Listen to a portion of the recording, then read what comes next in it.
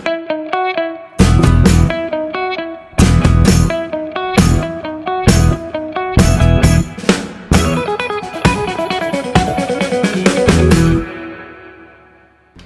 हमारा नाम आदर्श है और आप देख रहे हैं AKN टीवी। तो आज हमारे इस खास कार्यक्रम में दिन भर की प्रमुख खबरों को विस्तार से जानेंगे।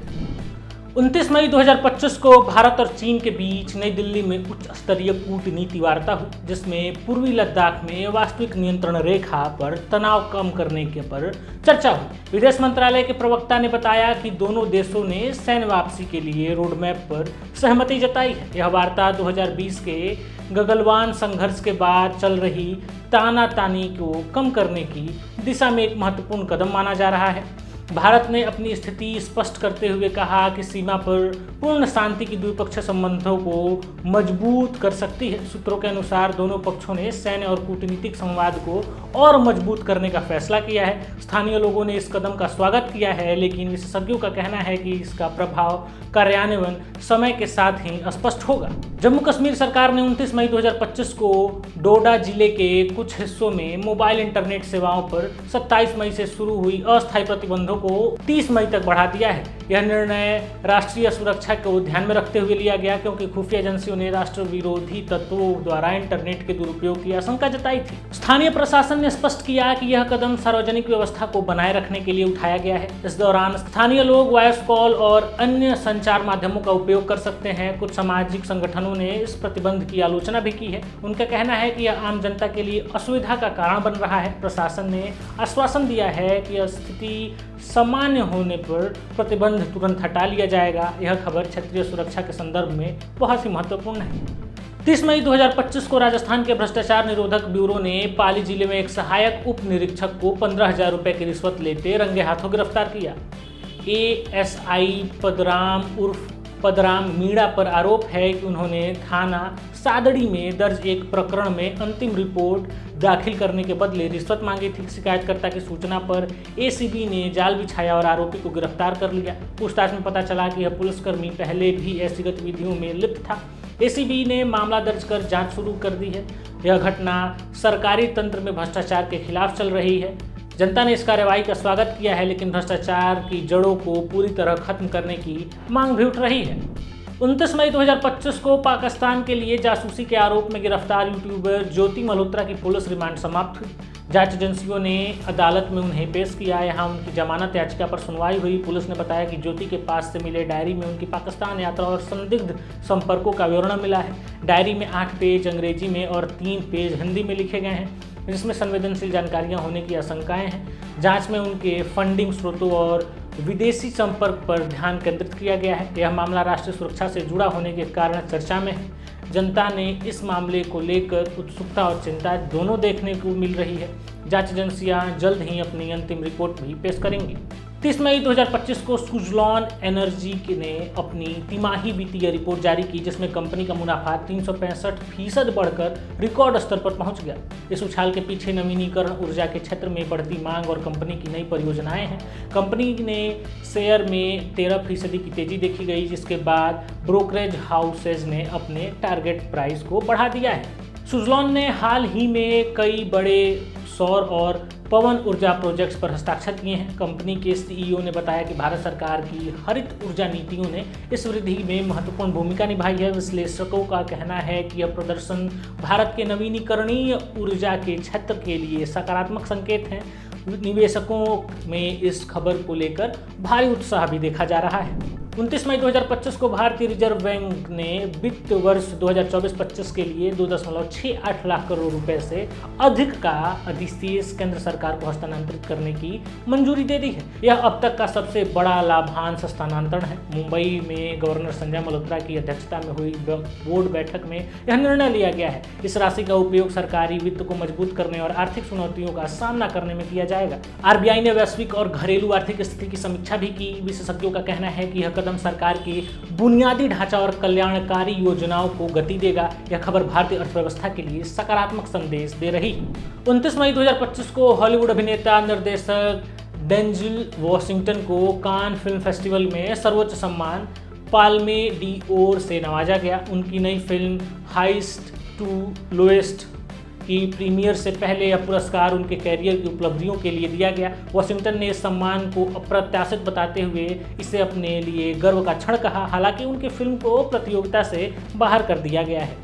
इस समारोह में कई भारतीय सितारों ने भी शिरकत किया। यह पुरस्कार डेंजल के वैश्विक प्रभाव को दर्शाता है। भारतीय प्रशंसकों में इस खबर को लेकर भारी उत्साह देखा जा रहा है। यह घटना सिनेमा जगत में एक महत्वपूर्ण क्षण है। 30 मई 2025 को प्रसिद्ध भारतीय लेखक अमीश त्रिपाठी की नई पौराणिक उपन्यास देवी की खोज का विमोचन मुंबई में हुआ। यह किताब उनकी लोकप्रिय शिव त्रयी का हिस्सा है और इसमें भारतीय पौराणिक कथाओं को आधुनिक दृष्टिकोण से प्रस्तुत किया गया है। विमोचन समारोह में कई साहित्यिक हस्तियां शामिल हुईं।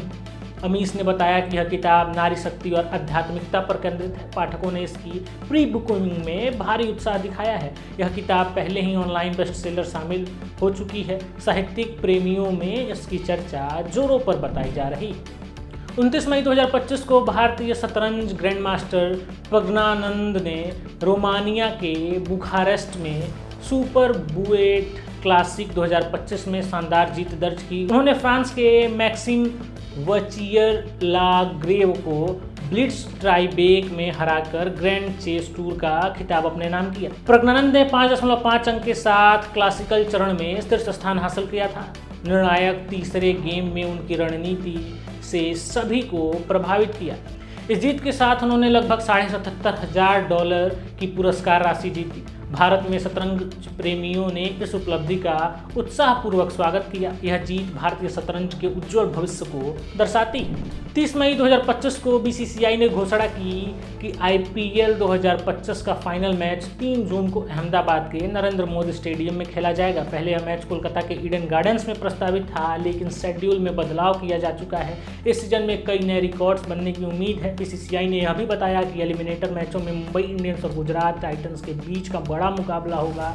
प्रशंसकों ने इस घोषणा को लेकर उत्साह जताया है। यह निर्णय क्रिकेट के प्रति भारत की दीवानगी को और बढ़ावा दे सकता है। 29 मई 2025 को विश्व परिवार चिकित्सक दिवस मनाया गया, जिसमें प्राथमिक स्वास्थ्य देखभाल में फैमिली डॉक्टर्स की भूमिका पर जोर दिया गया। भारत में कई अस्पतालों और एनजीओ ने मुफ्त स्वास्थ्य शिविर आयोजित किया। स्वास्थ्य मंत्रालय ने इस अवसर पर ग्रामीण क्षेत्रों में चिकित्सा सुविधाओं को बढ़ाने की योजना की घोषणा की। विशेषज्ञों ने बताया कि नियमित स्वास्थ्य जांच से गंभीर बीमारियों को रोका जा सकता है। इस दिन कई जागरूकता कार्यक्रम भी आयोजित हुए। यह आयोजन स्वास्थ्य सेवाओं के महत्व को रेखांकित करता है। जनता ने इन प्रयासों का स्वागत भी किया है।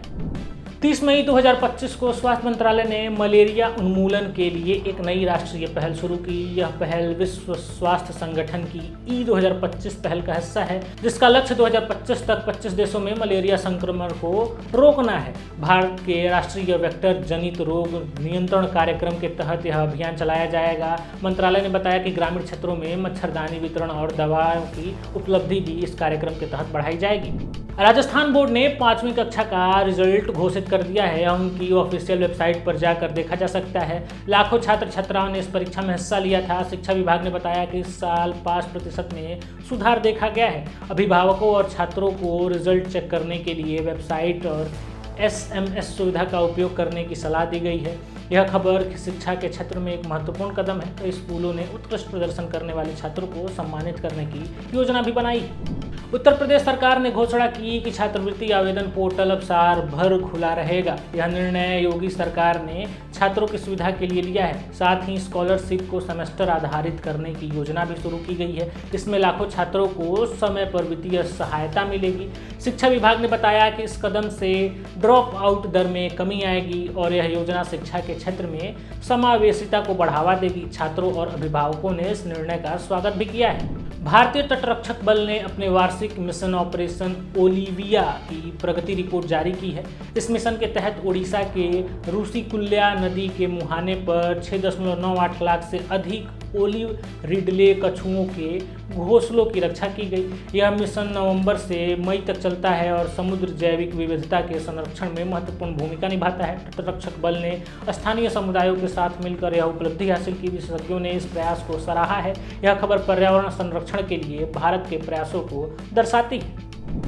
30 मई 2025 को IQ एयर की रिपोर्ट के अनुसार लाहौर दुनिया का सबसे प्रदूषित शहर बन गया है, जहां AQI 394 तक पहुंच गया। यह स्तर स्वास्थ्य के लिए अत्यंत खतरनाक है। भारत में भी दिल्ली और NCR में वायु प्रदूषण का स्तर बढ़ रहा है। विशेषज्ञों ने मास्क पहनने और घर के अंदर रहने की सलाह दी है। सरकार ने प्रदूषण नियंत्रण के लिए कई कदम उठाए हैं। यह स्थिति पर्यावरण संरक्षण की आवश्यकता को भी रेखांकित करती है।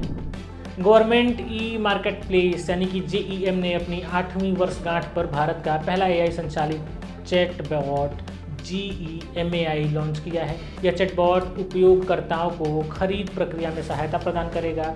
जेम के उपयोगकर्ता आधार में 3 गुना वृद्धि हुई है, जिसमें 1.64 लाख खरीदार और 4.2 लाख विक्रेता शामिल हैं।